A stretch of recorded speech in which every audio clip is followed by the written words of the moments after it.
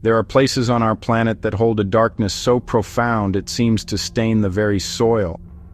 Auschwitz is one such place. Today it stands as a silent memorial, a stark reminder of when humanity lost its way. During World War II, Auschwitz was the largest and most infamous Nazi concentration and extermination camp. Established in occupied Poland, it became the central hub of the Holocaust. Trains arrived day and night, packed with men, women, and children, most sent directly to their deaths. A smaller number were chosen for forced labor, enduring unimaginable suffering.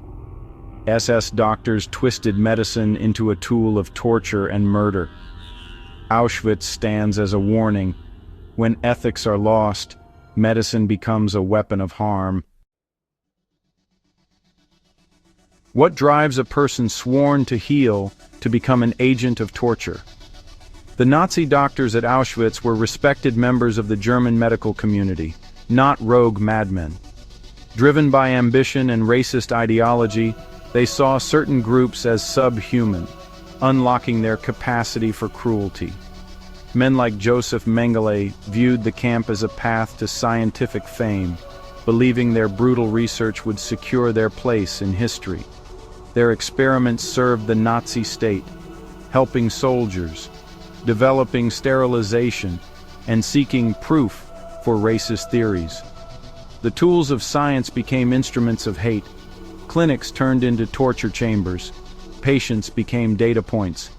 The Nazi doctors left an indelible stain on medicine, a warning of knowledge without morality.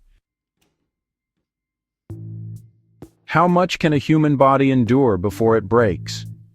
Nazi doctors at Auschwitz sought the answer, not for humanity's benefit, but to help their own soldiers survive war. Prisoners were subjected to brutal endurance experiments, pushing bodies to the breaking point. Hypothermia tests, conducted in ice water, measured how long a person could survive freezing temperatures. Victims often died in agony. High-altitude experiments locked prisoners in low-pressure chambers, simulating extreme heights. Lungs ruptured, convulsions followed, and death was common. The doctors watched, taking notes as people suffered and died. These tests were not about healing, but about weaponizing knowledge of human limits. Prisoners were treated as disposable equipment, their suffering reduced to data points. The doctors, like Sigmund Rascher, saw themselves as pioneers, but their work was a testament to the depths of cruelty when science is stripped of empathy. The screams from those experiments are a permanent echo, a warning of what happens when science serves power, not people. The scientific value of their data was dubious, forever tainted by the methods used.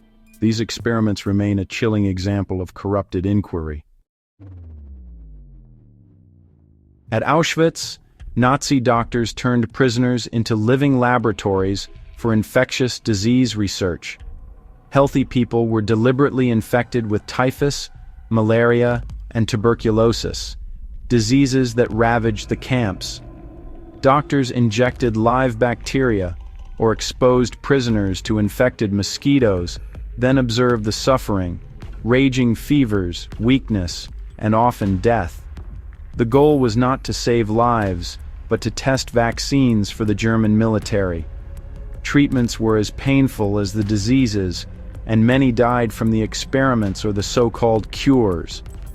Prisoners became test tubes, their bodies exploited for data. This was not science. It was medicalized murder, a profound moral failure. The purpose of medicine was inverted to spread disease, not fight it, not fight. For the Nazi war machine, conquering extreme environments was a priority, and they sacrificed countless lives to do it. At Auschwitz and Dachau, doctors forced prisoners to drink seawater to test desalination methods. The results: catastrophic dehydration, convulsions, and death. Other experiments tested rewarming methods after hypothermia. Heat lamps caused burns, hot baths led to shock, and some were forced into degrading procedures. The goal was not exploration, but military advantage. Prisoners were seen as biological machines, tested to destruction. Doctors recorded findings with chilling detachment, noting the precise moment of death. This was not a quest for knowledge, but a calculated effort to turn suffering into military data.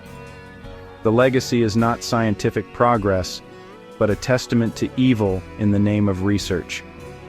These experiments show the complete disregard for human life. The suffering inflicted was systematic, cold, and utterly inhumane. Nazi obsession with racial purity fueled some of Auschwitz's most depraved experiments, especially sterilization and twin studies. The goal: eliminate undesirable populations and unlock the secrets of heredity to multiply the so-called Aryan race.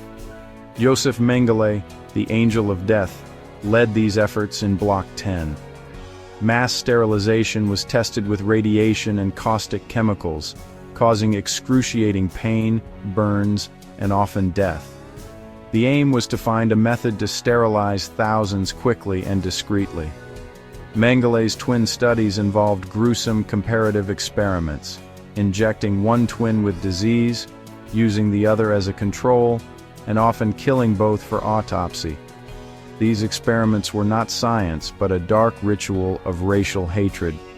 Victims lost not just their health, but their future and identity.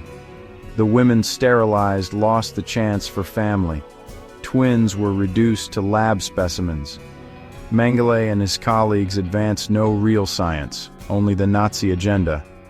Their legacy is a chilling warning about the dangers of eugenics and pseudoscience. For most subjected to Auschwitz's medical experiments, the end was death. On the table, from disease or by lethal injection. Their bodies were dissected or disposed of, their lives erased.